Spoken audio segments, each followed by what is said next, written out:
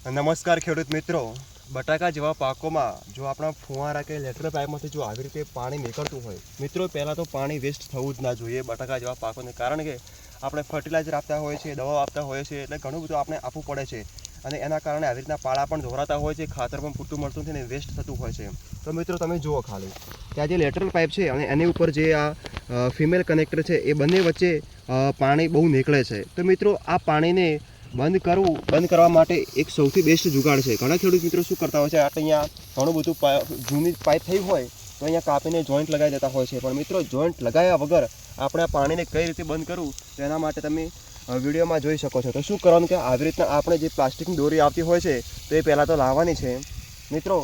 એ લાવ્યા પછી જે જુઓ તમે જે આ દોરી છે એ વેઠતું ઉપર હેડ્યું આવવાનું છે.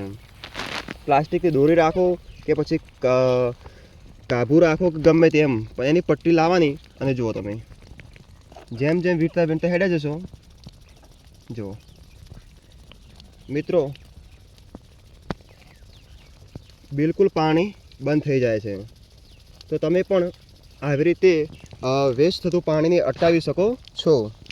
તો મિત્રો આ કેવો આઈડિયા લાગ્યો તો તમે અમને જણાવજો.